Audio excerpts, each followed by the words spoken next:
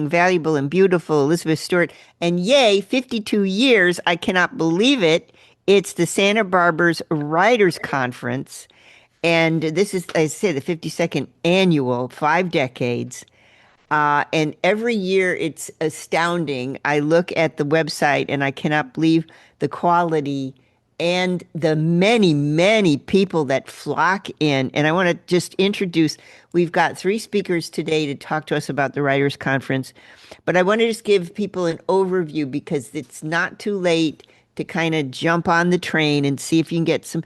And there's some free talks going on as well, and we want to talk about that. So every night there's evening speakers, and I think, Grace, the evening speakers are open to the public. Is that That is right? correct. They're open to Yeah. the public and those events are free as well. Okay. So, and the evening speakers feature people poetry reading, and the people that are reading are 2 Santa Barbara poet laureates, by the way. The opening night speaker is Fannie Flagg, Mhm. the author of Fried Green Tomatoes, Academy Award nominee, etc. On Monday, we have Carrie Schlottman, the author of Tell Me Everything. On Tuesday, we have Jess Walker, Cold Millions and Beautiful Ruins, author of, respectively. And then Wednesday, we have Rachel Howard Hall, member of the Mystery Writers of America, prolific writer. Thursday, we have Adriana Trigiani, and she is what is Big Stone, the Big Stone, is it Big Stone Gap? I can't read my writing. Anyway, a film and novelist and the podcaster of a podcast that I love, which is You Are What You Read. And all these are open to the public. And you go for more information, the Santa Barbara Writers Conference website, special rates for those attending the conference, which is days long. You got to take a look. It's at the beautiful Hotel Marmonte. Special rates apply. And then already, Grace, I noticed that the pitch agent's appointment. So if you have 10 minutes and you want to say, oh, how does this book sound to a real experienced person, an agent, you have 10 minutes to pitch the book. Those are almost filled, at least Yeah, when I no, looked. yeah, they're all every slot is filled now, 100%. That's amazing, and it's great. There's 9 writing workshops each morning and each afternoon, respectively. Some of them cover new topics. Some of the topics that traditionally fantasy, magical realism, romance, drama, children's writing, screenwriting, poetry, and I got to ask when we actually launch into our speakers here today, what's the pirate category? That was kind of an amazing. 7 Deadly Sins of Novel Writing appealed to me. I really think that sounds like an interesting topic. And then some of the emeriti are coming. For example, Barnaby Conrad, his dad founded the conference. This is Barnaby Conrad the third, and I have, Grace, one of my favorite books is Barnaby Conrad's The First Lines book, Mhm. and Yeah. so here Barnaby Conrad the third is going to talk about the first 4 pages, and that's just so apropos to his dad. Marty Schultz is going to talk about voice and style. Nobody better for voice and style. Consultants are there. Consultants appointments for manuscripts, publishing, seminars on any kind of seminars, whatever seminar you want to look at as a writer, it's there. Consultants are there to talk with you. Panelists. There's panels on genre, agents panel, a policy panel, a publishing panel, a novel panel, an authors panel. All this is so interesting. And here again, 52 years. Now, I've got with us somebody that's been on the program, an attendee at the Santa Barbara's Writer Conference since 1992. Grace Rothschild's here. Rachu, say Hi, again. Rocco. Dudai. And Grace is here. She's been the director since 2016. And she is just an amazing woman herself. Her bio goes on and on. And some of the things that she's talked about in the past with me, or the History of the Writers Conference, and some of the really interesting topics they've covered. Marianne Docherty is here, and did I say that right? Doherty. Docherty, Yeah. Marianne Docherty is here. She's an award-winning journalist. She's a beauty editor. She's an author.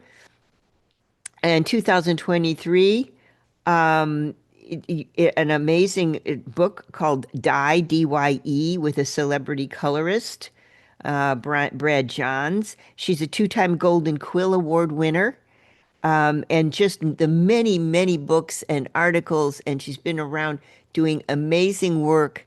And the work that I think is so interesting is the fashion and beauty. And I think I'm going to talk with Marianne after the program. She and I need to get down to Los Angeles County Museum. They're opening the Designing Chinese Women, uh, s- um, a- actually the exhibition. It's all about Chinese style, Asian style, Mhm. and Asian beauty and Asian, I Asian wrote a everything. book called Asian Beauty years I ago. know you Yeah, did. so that ties right in. I know you did. That's why I mentioned that. Are we gonna get in the van and go down and see that exhibition? I also have with us Matthew Palomeri, and Matthew's resume just blew me out of the water. He studies shamanism, Richard, and after the show, Richard's gonna corner you and talk to you about that. Matthew is at San Diego Book Awards. Land Without Evil was his award. Historical novel of first contact between shaman and Jesuits in the 18th century in South America. What an interesting topic. Another book, The Infinity Zone, transcendent approach to peak performance, specifically in tennis, for example. An expert in the discoveries and the craftsmanship of fantastic fiction, phantasmagoric fiction, a shamanic approach, for example. I think a super interesting and age-old angle to narrative storytelling, if I'm not mistaken. And these are our three speakers for today. And Richard, you did clock that, right? That we've got Matthew Palomeri, who is a internationally famed author regarding shamanism. So we got to get you and Richard. Richard has a program called Tell Me Your Story, and he Hmm, focuses on that kind of thing exactly here on wow. KZSB. Yeah, so that's a double booking there for Matthew, I'm sure. Okay, so I guess I'd love to talk with Marianne about what she's going to talk about, what she's going to bring to the conference, her experience with the conference. I'm looking for juicy stories. I'm looking for one in the morning experiences, Mhm. of which I know you've got a few. And Marianne, tell me about the conference. What does it mean to you? What does it mean to Santa Barbara? How many young authors and maybe new authors have you sponsored? Have you mentored? All of Hmm. that. Go ahead. Well, I started at this conference 2 years after Matt in 94. That was my first one. And I came back, even though I moved to New York City to be a publisher of magazines, I kept coming back to Santa Barbara every summer for this conference. I made lifelong friends here. It's a small conference in a way. It's not an elite kind of a thing. Everyone is welcome. You will make friends here if you join. Your life will be changed in 1 week at this conference, and I have been coming ever since. And I learned more about writing here years ago. One of the founding uh, professors, if you want to call him that, of this conference is Sid Stiebel. He passed away about 4 years ago. Sid was Ray Bradbury's best friend, and Sid came every year, and I took his class, and I learned more from him about writing and what not to do. And it took me forever to finally got my first novel published a couple of years ago. It was called What We Remember, and Sid heard that. I read that in his private workshops, and he would have been proud of me. But by the time it finally got published, he wasn't here anymore. But I would tell anybody to come to this conference. The workshops alone, there's so many of them, and they're all so good. And there's just the companionship, the people you will meet. It's like a tribe. If you feel like you're in your town writing away, isolated, and you don't know anyone like you will come here and they get you. So you will go home and you'll feel like a different person.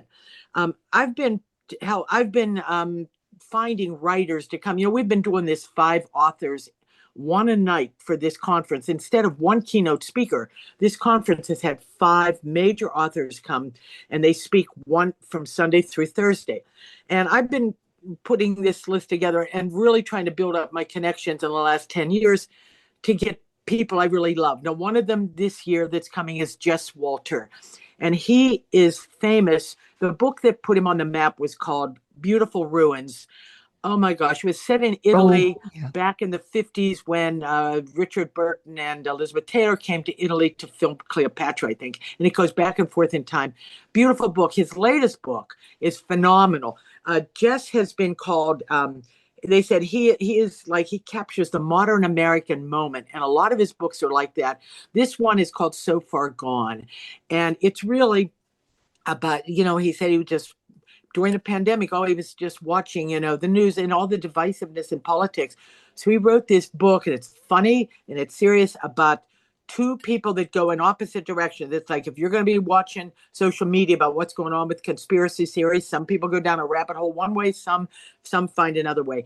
This guy's one of the best writers ever. I've been trying to get him here for over 14 years, and it just never worked out with his schedule. Finally, he's coming. So he's major. Adriana Trajani, you mentioned, she's going to close the conference Thursday. I'm so happy that we got her to come. She's major. As you mentioned, her podcast is wonderful. You Are What You Read. She's terrific. And I just listened to her interview with Fannie Flagg. She's interviewed her twice. So Fannie and her are good friends, old friends. So she's great. Her latest book is called The View from Lake Como. She writes a lot of books with Italian kind of themes because she's Italian. She grew up in Appalachia. That's where she wrote Big Stone Gap. Excuse me. Anyway, Adriana is just inspiring. She loves writers. She'll help people. I'd encourage anybody in the public to come hear her speak, come down and have her sign a book, talk to her, exchange info. She's wonderful. Of course, everyone knows Fannie. She's like a national treasure and Santa Barbara treasure. And she'll be opening the conference, of course. And then she'll be introducing Adriana on Thursday. So you get to see Fannie twice. And Carrie Schlottman, nobody probably knows her right now. Carrie wrote a book called Tell Me One Thing. It came out a few years back. We had brought somebody to the conference about 4 years ago named Judith Turner Yamamoto. She wrote a book. I saw her online. I looked at the first 2 lines of her book. It was called Loving the Dead and Gone, set in North Carolina. And I read the first 2 sentences and that was it. I was hooked. She's such a great writer. And about a year or so ago, she texted me and said, you have to meet Carrie Schlottman. She had just interviewed her for a writing podcast. She goes, you're going to love her writing. So I bought that book. That was it. I couldn't stop reading it. It was so wonderful. Now she has a new book. It just came out in May called, this one is called Daytime Moon. And some of it is set up at the Salton Sea. It's really a book about the environment and what's going on in the world with what climate change does. But it's a literary novel. She is an amazing writer who encourages writers. So she's good to see. Wednesday, Rachel Housel Hall. Rachel is a best-selling author. I was up in Target about 3 months ago and I saw her newest book out on the end cap and I texted her, look what I see up at Target. Her books sell millions of copies. Mystery and thriller was her genre originally, but she has gone into romantasy now. She said somebody who's famous in it asked her to write one, and she goes, she only wrote one, it wasn't her interest, but she said, I just was challenged by that. And now she has a second romantasy out that Good Morning America named one of their book club selections. So Rachel, she has a fascinating story about how she became published and all the hoops she had to jump through, what she went through. She's going to be great to hear. These are all inspiring authors who write well, but they are filled with they just love writers and they love books and they love writing, and so they will inspire anybody who hears them. Even if you're a writer, aspiring writer, you'll get something out of it. But if you're just somebody who loves to read, who loves books, you're going to see a whole other side of these people and you'll be transfixed. So I would suggest that anyone who can come to these evening speakers for free, this is a real opportunity for you. And did you hear that? It's for free, everybody. Free. So that Grace started that this year, and I think it's a wonderful idea. So we want as many people from the public to come, because you can go down after they speak. You go down for the book signing and they'll take selfies with you. They'll talk to you. These people are gracious, warm. You'll get to meet some of the best authors in the country. But in this little conference, I love this conference because to me, it's like home. It's just a loving, warm community, a supportive community. Don't feel like if you come here, somebody's going to put you down or, act like you're not good enough to be here. Everyone is welcome to this conference. And that's what I always loved about it. I mean, I've become a really good writer now, but talking becoming this conference for over 30 years. If you would have seen what I read when I first came here, it was like hilarious. And I'll finish up with this. Sid had a thing where he would only let you read the first chapter of a book or the first chapter of like a memoir or something, but you weren't allowed to. You just had to read it, and all that the attendees could do is tell you what they heard, like what did they think the book's about? Because he said authors mislead people all the time. They write stuff, and they don't realize that the person reading it is going to think the book's about one thing, and you're the author is not going to be at the bookstore looking over your shoulder, going, no, wait, that isn't what it's about. You better be clear from page one. And that's what I learned from him. But he had a rule. You could read until something happened or it became painfully obvious that nothing was ever going to happen. And so I read the first chapter from my great literary novel. And after I almost got to the end, and he goes, all right, when is this character going to do something? And I said, oh, in chapter 3. And he goes, then that's where the book starts. And I laughed now that I argued with Sid. Don't argue with me. He knew what he was doing. I went to my room and I thought, okay, I can either go home and read this to my mother and she'll tell me how wonderful it is, or I can stay here and learn something. And I stayed and I went to his class every day, and it made me a better writer. And this is a great conference for that. So don't be afraid of a writer's conference. This is an elite kind of a conference. Everyone is welcome and will be welcomed right into our family. So, Marianne, I want to just stress two things that stuck with me, what you said. Number one is that you said that Sid taught you that there has to be some action going on at a certain point, otherwise forget it. And the second thing you said was he made you read the first, say, 4 pages of any book, and then would say to the class, "Now, what do you think is going to happen? What do you think should happen, etc." And that your premise that you just stated was that many authors deceive the reader and deceive themselves as well, because what's going to happen to whoever or in the book is not easily recognizable, but should be. Did I get that right? Yeah, that's the truth. And I will tell you where this went into practice. About 4 years or so ago, I had this book I was trying to sell, them What We Remember. And because I had met some wonderful writers at this conference that I brought here, they told their agents to read the first 50 pages of my novel. Okay, the way I set the novel up, it's about 4 people who meet by chance. They all move to this little town in the 70s, become friends. It goes all through their lives, into their children's lives. It goes all the way from the 70s up to 2016, 2015. Okay, so the way I started it, this Sid would have killed me, is I did one chapter on each woman in 1968, like where were they and and that's in chapter 5, you finally meet them when they all meet up as mothers and wives. I wasted the capital I got being able to contact really good agents, but I sent those 50 pages out. And I would have never known what I was doing wrong, except that these agents felt compelled to write more than a blanket, sorry, you're not for us, because, their authors asked them to listen to me.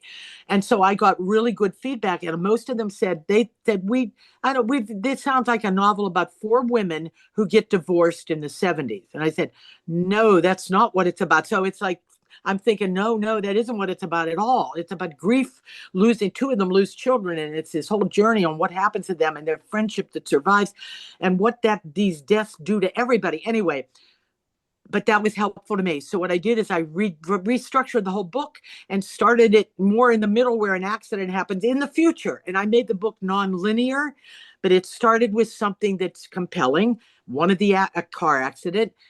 That is now this book is good, but if I had not had that feedback, I would have had no idea. So writers need to know when they do their first chapter. That's more crucial than anything, because you better know from page one, what is this book going to be about? Is it going to be funny? Is it going to be sad? Is it going to be literary, serious? What is it? And what is at stake? Why do I want to read this? You don't get another chance. Somebody's in the bookstore, they're looking through the first couple pages, or they go on Amazon, they read the first couple of pages. If you don't hook them, so your first sentence is important. And I have really honed that. And I have a new book that I'm actually rewriting it to send it out, but I will tell you the first sentence and then I'll stop and you can tell me if you're compelled to read this. So I think Love it it. says it's written in first person by a woman who's an art director in New York in a magazine. Okay, she says, being downsized is a lot like being dumped. The only difference is I'm not in love with my group publisher, Lester Davenport. So she will get fired in chapter one, and then you'll find out she was dumped too. And how is she gonna? She's 60 years old. She has to face trying to find a job now at that age. It starts in 2011 because print was going up. But you'll find I gave her a great ending, and it's funny but it's serious, but I had to work really hard to make sure that first page I told you what you were going to read, so I don't have the problem again of having people think the book's about something it isn't. So I that's the think it's a fantastic sort of explanation, observation, example. And now I get it. I understand. It's so interesting that you said that. I've been on a Margaret Atwood spree. I've read almost everything she's ever written in the last Mm, 2 months or so because I just got hooked, yeah. when I was a kid. And then it was like, okay, and then I came back to it. It's like, what makes these books that she's written stay with me? And, what is the staying power here? And I started to look at it, with a 60-year-old analytical mind saying, well, I've been through that, I've been through that. And, I wanted to ask Matthew about something because of what Matthew writes about in his background, etc., is that so many of the, what do I want to say? Phantasmagorical fantasy, Atwood style, this sort of thing where there's other dimensions to life, to being, to the world, to the environment, many levels of degrees of the blah blah blah blah blah blah blah. There's narrative complexity in everything, in the tiniest little plant and animal. So, Matthew, are you there still? Yes, can you hear me okay? I still can't get Yeah, I video. can hear you. Yeah.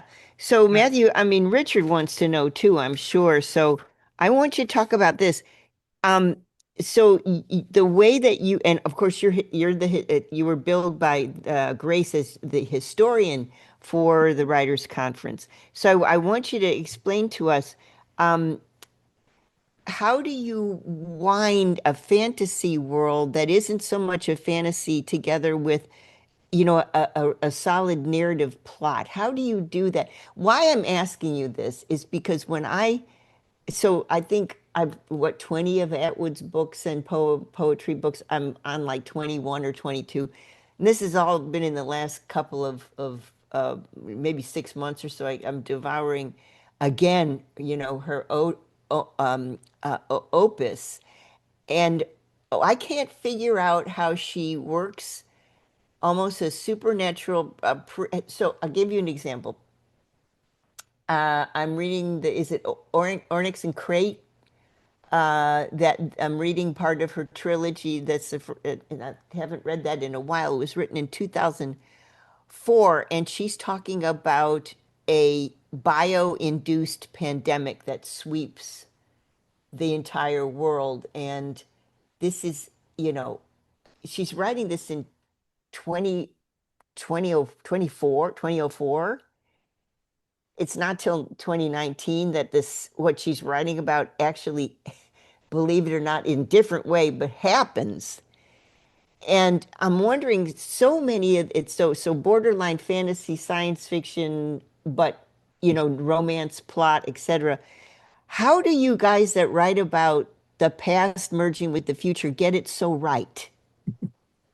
well, in the end, it's all about research for starters and Ah, knowing your I didn't subject. expect that.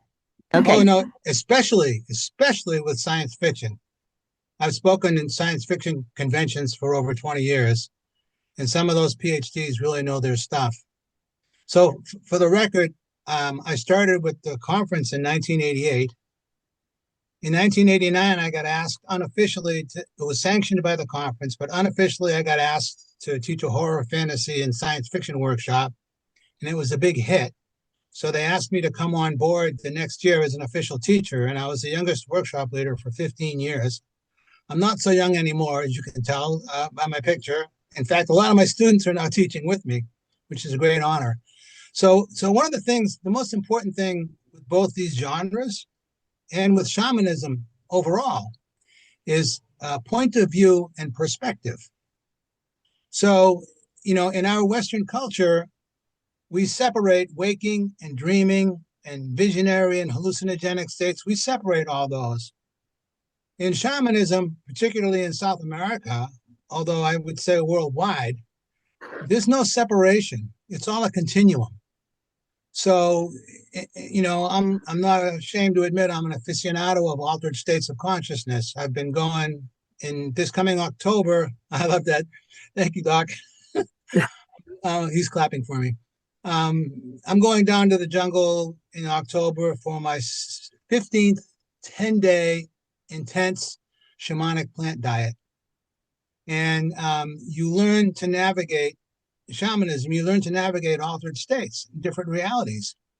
So, one of the keys in writing fiction, regardless of the genre, is learning to transition from one to the other, to go from a dreaming state to a waking state to a visionary state to a hallucinogenic state. Now, a lot of writers, great fiction writers, they don't specialize in this kind of a thing.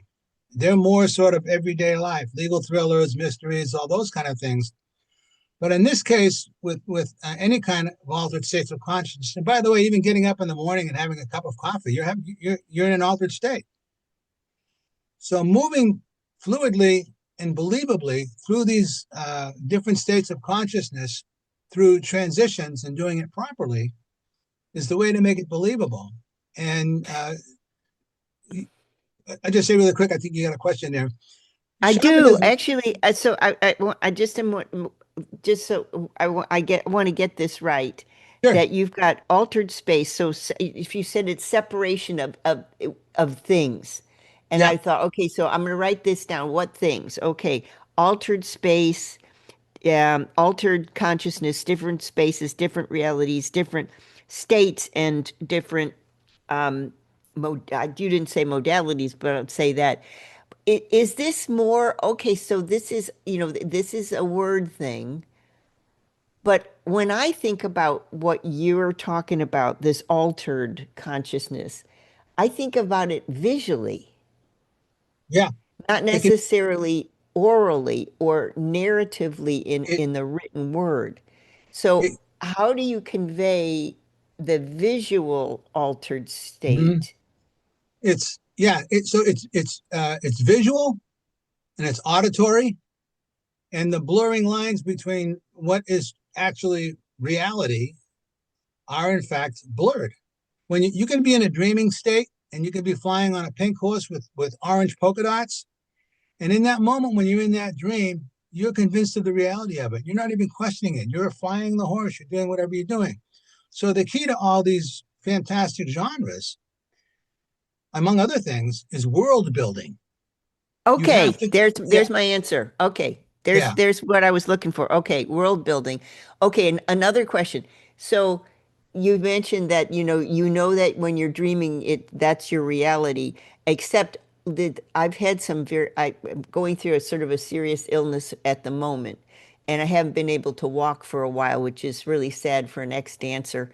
But the Mm, issue is I don't sleep so well, and the weird thing is, since I've been ill, the dreams I have, I know they're not real. Maybe mhm. I'm not really dreaming, but I am dreaming. But Oh, sure. I have a consciousness. Well, this is a dream, Elizabeth. Secondly, I was so intrigued to talk to you because there was so when I was 5, I fell off a bike and I was in a coma for 3 months. Mm, And so I have strange, like I call it an entry point in the back of my head, Mhm. that's been going on in my life all my life, where I can easily cross over that border, but it's only I can cross that border visually. I'm not so good at crossing it over with words, but I can cross over that border visually. I guess it makes me a good appraiser of art, but Mhm. I can cross that border easily. And Richard's giving us that sign. We got to go to break. This is part, okay, dear listener, this is part of what you're going to get, except even much better, much better than my dumb questions, because we're just talking about this fantastic 52nd year annual 5 decade Santa Barbara's Writers Conference. And we're talking with a few of the movers and shakers, and Grace is going to weigh in a few minutes too. There's been the director there since 2016, if I'm not wrong. And I want to just say that there's still availability. And then we talked a little bit with Marianne that she's organized some of the top rate, national top rate, if not international top rated authors to come and speak. And did you hear her say free? In the evenings, go to the website. In the evenings, you'll see all the speakers. There's 5 of them every evening. That's free to the public at the beautiful Marmonte Hotel here in Santa Barbara. And she's talking also, and also is Matthew, talking about the receivable, understandable, accepting, empathetic, compassionate people that come, both extremely gifted and extremely accomplished, and top tier. And your person, I think I read about it, Race, on your website. Little girl comes with a scholarship from City College and actually has 20 bestsellers to her credit now. Because I mean, how does that happen if you're not accepting and anxious to teach and anxious to, that's a marvelous testimony. Richard, let's go to a quick break. Hey, do you have a question for Matthew, by the way? Oh, well, just share with a story I wrote, and I actually just found them as I'm going through file cabinets of a fiction slash science fiction story I wrote in high school, very short, that also had in it, although I didn't know it at the time, a karmic aspect to it. And I only got that when I was rereading it just the other day. And I'm 66 and I wrote that thing back when I was 16, 15, 16, 17 years old. So we're talking 40 years ago. And because as he was talking about the transitions back and forth, and then I was also thinking about that one movie with Leo DiCaprio, with dreams within dreams within dreams within Oh dreams. yeah. Oh my God, that was incredible. Anyway, let's go ahead and take that break, Elizabeth, if you will take us out. Okay, so wonderful. So let's take a break. We get back from the break. We want to talk a little bit about Grace, about the kind of new stuff that's happening this year in the 52nd annual Santa Barbara Writers Conference. What an institution. I'm so honored to be able to bring this to Santa Barbara in general and say, come on, guys, it's a free event in the evenings, although you can buy tickets and stay at the Marmonte and hobnob till 1 or 2 in the morning with some of the great writers of the nation. So real opportunity here in our own backyard. Richard, let's go to quick break. All right, we're there. Yeah, real quickly, my story has to do with it was actually a He can't help himself. writers' conference, believe it or not. Bring Oh, it Competition. to the bring it to the conference. Yeah, well, I live in Twin Peaks and it's kind of tough to get to other places. All right. well, Matthew, he does. He lives far away. I mean, he had a ranch up by Cold Up Springs above Santa Tavern. Barbara, yeah. In Yeah, Wow, so he had okay. a ranch for years, but it just got too expensive here. I mean, it's Yeah. really quite expensive now. oh yeah. And yeah, and so he moved to another ranch in the middle of nowhere on a mountain. So It's a yeah, much but at smaller any rate, ranch, let me tell you. There you yes. go. I'm Well, down in San Diego, so I get it. Yeah. where are you in San Diego? I'm in what's called the Midway District, right by Ocean Beach. Oh, sure. Yeah. Nice, Yep. nice. I have an apartment that I lease every so often, but I've owned it for a long time in Solana Beach. Oh yeah. Um, yeah, so I know the issue is getting from Santa Barbara to San Diego to check on my units and my tenants and this sort of thing, I might as well fly to New Zealand. I mean, the traffic is so bad these days. It didn't used to be 20 years ago. It was a breeze to get from there to here. But now, my God, it's Oh, it's I quite a take the challenge. train. I take the Train, train. Yeah, yep. that's the Yeah. yeah. way to do it. Okay. I love the train. Yes, sir. Give me, give me a I nice got a long I got a train mean ride. I have a mean Dachshund. I can't take the trip. Ha! I actually took a trip around Christmas time one year, and I took the train from Santa Barbara to Burbank, flew from Burbank to Phoenix, and then I ended up walking from upper Phoenix area to my parents' house, 4 miles away. So my Wow. buddy for Christmas gave me the DVD of, guess what? Planes, trains, Trains and automobiles. automobiles. Too funny. Good friend. Yeah. All right, here we go, Elizabeth. 3, 2, 1, you're live. Welcome back. It's Elizabeth Stewart. I'm talking with the movers and shakers of the 52nd annual Santa Barbara's Writers Conference. Thank you to Lisa Engel, who is on the panel for marketing advice, by the way, and she's been a friend of mine for years, and she is a top-rate marketer herself. She'll be speaking and advising, and she's on one of the panel boards as well. You can kind of pigeonhole her and ask her about marketing, et cetera, because you can't, what do they call it? The candle under a bushel won't glow or something like this. So she's a person to talk to. Matthew, we were talking a little bit about the direction that you've taken in your literary career, and you know, do you ever feel kind of encased by a description of the genre in which you write, or is that a limit, or is that is that kind of a good thing? I'm actually encased in the opposite way. I'm a publicist's nightmare because I have three short story collections, a historical novel, supernatural thriller, a couple of science fiction novels. I have about a half a dozen nonfiction books on shamanism, sacred geometry, consciousness. So if you, I love this guy. if you go, if you go to a bookstore, you can't pigeon me in any one place. Oh boy. Okay. Yeah. Your Chaucer's Nightmare there, our bookstore here, Yeah, because they've got absolutely. the aisles keyed, the little paper things that Yeah, stick out and say, yeah. I'm Oh, in. I know. I'm on all the shelves. Yeah. Grace, a few minutes with you, please. You've been coming for so long. What is it? You've been coming for 24 years, something like this? Longer than that. Mo- I've Long.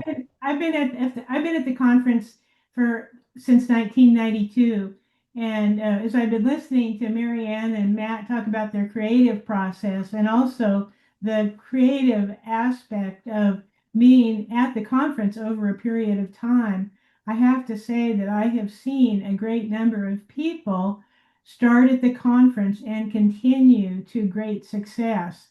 A whole I would say at least half of our faculty, people who are engaged in helping other writers, are people who started out at the conference as students. They came thinking they would get an agent that year and they would go on to great fame. And some of them have done quite well that way, but they also keep coming back to give back to the conference. So the conference has a lot of internal history because people build on what they learn and then turn around and give it back to attendees who are just starting out. I talked with a woman the other day. Her husband just passed away, and he had a serious illness, and she had to be a caretaker for a long time. And she said, "I'm 76 years old, and I'm my dance card is open and I want to start something new. I think I want to write my memoir." And I knew right away that she was an apt person for Diana Rabb's memoir class. And I signed her right up while we were on the phone. She said, "Don't let me get online, let me sign up right now."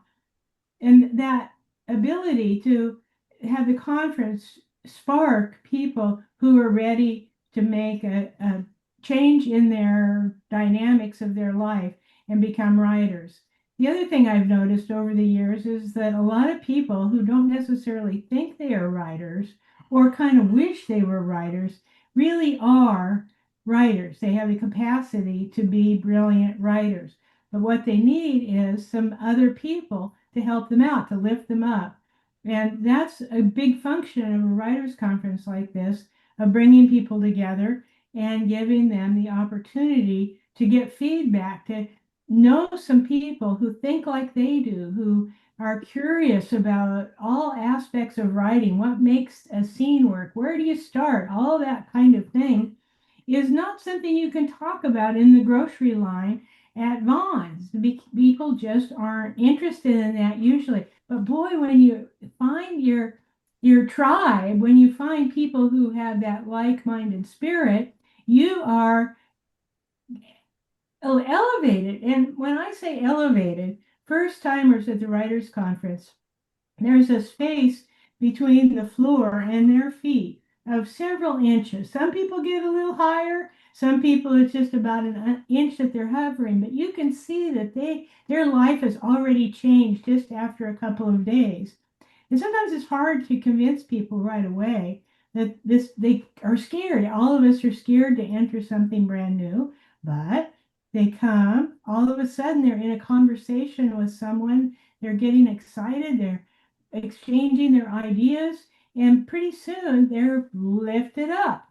And I sounds like it's a little phantasmagoric. The word it seems the word of the day, but you really can tell. You can tell those first timers because they are just going on some kind of energy that they didn't even know they had.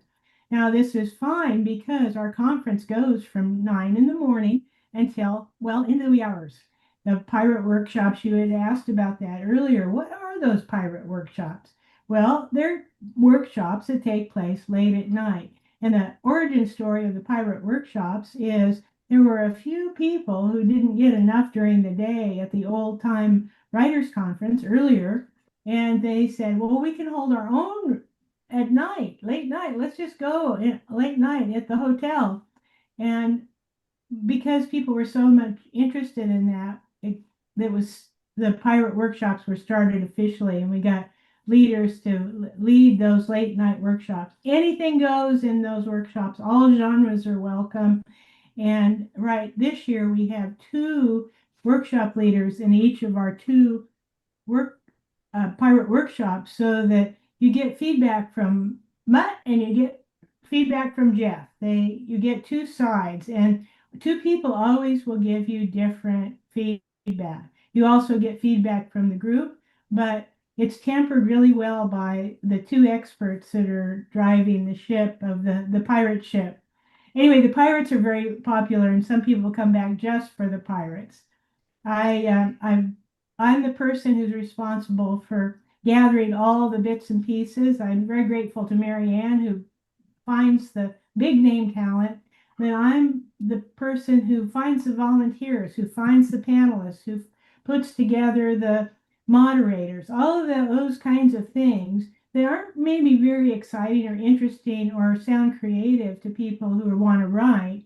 All of this has to be put together in order to create this environment where people can learn and really enjoy this elevating experience.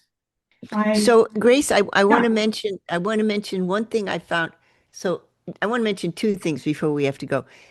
Number one, I was looking on the conference site for some kind of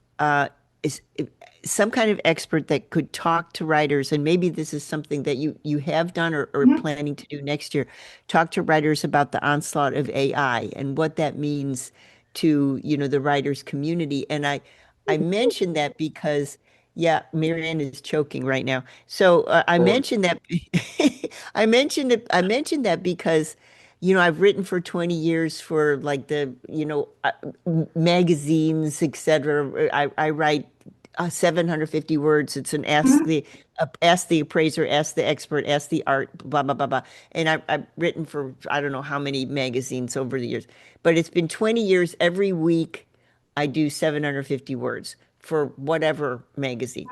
And it's been a terrific, training field to Right. limit what I have to Column say writing to is the best for that. Yeah. very short, etc. But the interesting thing is, I had an editor that said, why don't you throw that through? And he told me the program that they use, their AI program. It was a prestige program.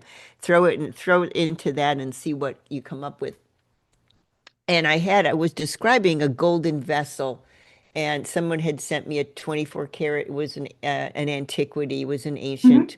an ancient chasuble, and they were sent crucible, and they sent this to me, and I said it's I think the words I use, it's gold, and it's more gold, and it's further more gold, and it's incredible gold, and because it glowed, it was, I think it was 200 AD, and it glowed at me, and the program turned it this way. It's incredible, lovely, glowing gold. Don't get me Commas Oh, in started. between each one. And it was like, what happened to my, my excitement, my yeah, words? I mean, yeah. what happened? And I thought, this writers conference, I'm going to ask Grace in this interview, is anyone coming to counsel people?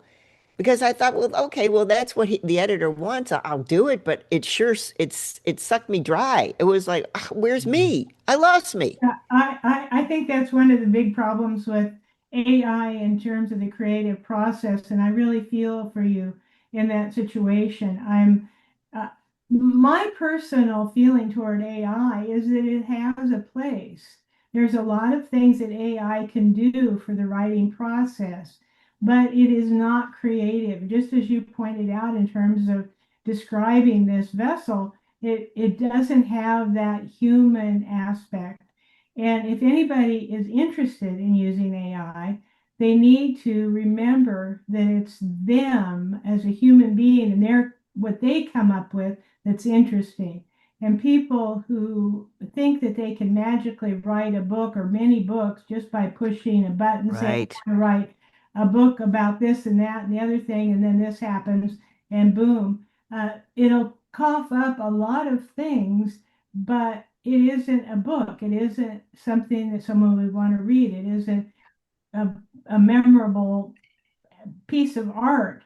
Now, you can look at that and work back and take some of those ideas and put your human process in. So, yes, we do have people, I think, that will give advice, and some people will just say, AI, no way. Other people Yeah. say, I did my editing on my novel with AI. I used AI to bring up certain aspects, but it Right. wasn't the AI did the editing. AI brought up things that could be improved, and then the human took over and made the decision. So, So I had a metaphor to throw at you, yeah, which okay, it great. was a friend of mine who is a total devotee, and is a legal writer, Mhm. and so she uses AI. Uh, I mean, and she uses some really advanced stuff with AI, and she said to me, "Listen, you know, your editors are asking. Think about it like this: AI is a 4-year-old that is being led by the hand of a teenager. It's it's I that like it's that. that isn't and so Yeah, it's secondly, I'll close the interview by saying I just finished this morning. It was a somebody didn't want a standard resume of mine. They wanted a more descriptive thing that was more interesting, and they didn't want, I went to college, I did this, I did this. yeah, They right. wanted something more interesting. So I drafted something on my own speed, and then I said, okay, let me see, if I've got some spelling things I could, and I threw that through a program, an AI program. And at the end of this, they wanted something tongue in cheek, and they wanted something that could mean me.